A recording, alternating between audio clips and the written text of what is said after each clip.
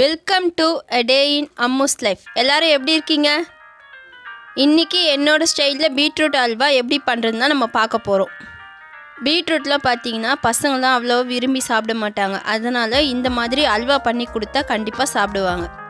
வீட்டில் இருக்க பொருள் வச்சு எப்படி அல்வா பண்ணுறதுன்னு தான் இன்றைக்கி நம்ம பார்க்க போகிறோம். இந்த பீட்ரூட் அல்வா வாரத்தில் ஒரு வாட்டி செஞ்சு சாப்பிடுங்க. அப்படி இல்லைனா மந்த்லி 1 டைம் சாப்பிட ஆரம்பிச்சிடுங்க. இப்போ நான் செய்கிற மெத்தடில் செஞ்சு கொடுத்தா கண்டிப்பாக பசங்க விரும்பி சாப்பிடுவாங்க பீட்ரூட் அல்வா. சரி வாங்க எப்படி செய்யலான்னு பார்க்கலாம். நான் இன்றைக்கி ஒரு 1/2 கிலோ பீட்ரூட் வாங்கி தோல் சீவி வாஷ் பண்ணி வச்சுருக்கேன். பீட்ரூட்டை நல்லா அரைச்சிட்டு கூட அதோட ஜூஸ் எடுத்து பண்ணுறாங்க. ஆனால் அந்த மாதிரி பண்ணுறதை விட இந்த மாதிரி துருவி செஞ்சோம்னா கண்டிப்பாக ரொம்ப நல்லாயிருக்கும் டேஸ்ட்டாக அல்வா.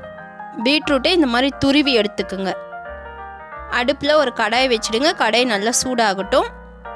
நான் இன்றைக்கி ஒரு 3 டேபிள் ஸ்பூன் நெய் ஆட் பண்ணியிருக்கேன். நெய் நல்லா சூடாகட்டும்.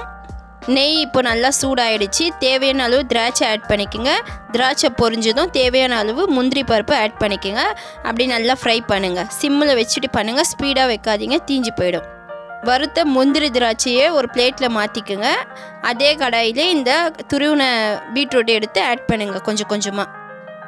நம்ம இந்த கடாயில் கொஞ்சம் நெய் இருக்கும், அதனால் அதுலேயே சேர்த்து ஆட் பண்ணுங்கள். வேணும்னா இன்னும் கொஞ்சம் நெய் கூட நம்ம ஆட் பண்ணிக்கலாம். அவ்வளோதான். இப்போ நம்ம சிம்மில் வச்சுட்டு அப்படியே கொஞ்சம் கொஞ்சமாக கிளற ஆரம்பிக்கணும். அடுப்பை ரொம்ப ஸ்பீடாக வைக்க வேணாம். சிம்மில் வச்சுட்டு அப்படியே நீங்கள் கிளற ஆரம்பிச்சிடுங்க.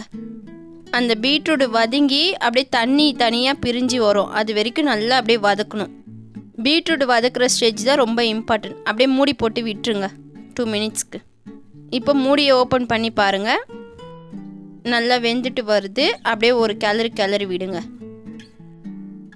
இந்த அல்வாவில் பார்த்தீங்கன்னா பீட்ரூட்டை வதக்குறது தான் ரொம்ப இம்பார்ட்டன்ட். அவ்வளோதான், நல்லா வதங்கிடுச்சு.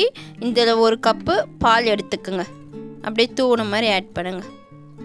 இப்போ பால் ஆட் பண்ணதும் நல்லா அப்படியே கிளற ஆரம்பிச்சிடுங்க. பால் ஆட் பண்ண உடனே அடுப்பை கொஞ்சம் ஸ்பீடாக வச்சுக்கோங்க. ஏன்னா அப்போ தான் சீக்கிரமாக குக் ஆகும். ஏன்னா நம்மளுக்கு பால் இப்போ பார்த்தீங்கன்னா நல்லா சுண்டி வரணும். அதனால் கொஞ்சம் ஸ்பீட்லேயே வச்சு பண்ணுங்கள். ஆனால் தொழுவிக்கிட்டே இருங்க. கொஞ்சோண்டு சால்ட் ஆட் பண்ணிக்கோங்க. சால்ட் ஆட் பண்ணிவிட்டு அப்படியே தொழவ ஆரம்பிச்சிடுங்க.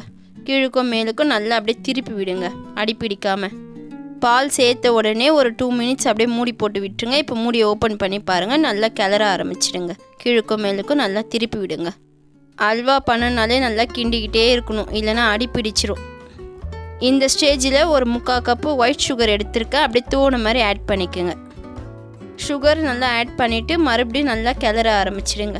அப்படியே நல்லா கிண்டிக்கிட்டே இருங்க, அடி பிடிக்கக்கூடாது. அப்படி 4 பக்கமும் நல்லா தொழி விட்டுட்டு அப்படியே மூடி போட்டு விட்டுருங்க மறுபடியும் ஒரு 1 மினிட்டுக்கு. இப்போ மூடியை ஓப்பன் பண்ணிவிட்டு மறுபடியும் கிளற ஆரம்பிச்சிடுங்க. அப்புறம் இந்த ஸ்டேஜில் நம்ம தட்டி வச்ச ஏலக்காவை ஆட் பண்ணிக்கோங்க. ஏலக்காவை ஃபஸ்ட்டு சேர்க்க வேணாம், அதனால தான் நடுவில் நான் சேர்க்குறேன். இப்போ நம்ம வறுத்து வச்சுருந்தோம்ல அந்த முந்திரியும் சேர்த்து ஆட் பண்ணிக்கோங்க. இப்போ முந்திரி திராட்சை சேர்த்த உடனே நல்லா அப்படியே கிளற ஆரம்பிச்சிடுங்க.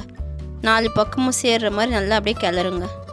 இதில் மெயினே என்ன பார்த்தீங்கன்னா அடி பிடிக்காமல் பார்த்துக்கணும். சிம்மில் வச்சுட்டு தான் பண்ணணும். ஃபைனல் ஸ்டேஜில் பாருங்கள், நல்லா சுண்டி வந்துடுச்சு. சூப்பரான அல்வா ரெடி. பீட்ரூட் அல்வா என்னோடய ஸ்டைலில் நான் செஞ்சு முடிச்சுட்டேன்.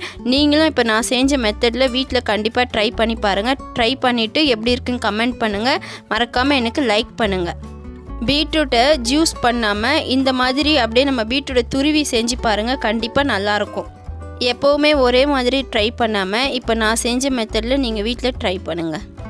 என்னோடய வீடியோலாம் பார்த்துட்டு சப்ஸ்கிரைப் பண்ணாமல் இருக்காதீங்க. சப்ஸ்கிரைப் பண்ணுங்கள். நீங்கள் சப்ஸ்கிரைப் பண்ணுவீங்கன்னு நான் எதிர்பார்க்குறேன். உங்களோட சப்போர்ட் எனக்கு எப்போவுமே தேவைப்படுது. நான் போடுற எல்லா வீடியோவும் நீங்கள் பாருங்கள் கண்டிப்பாக.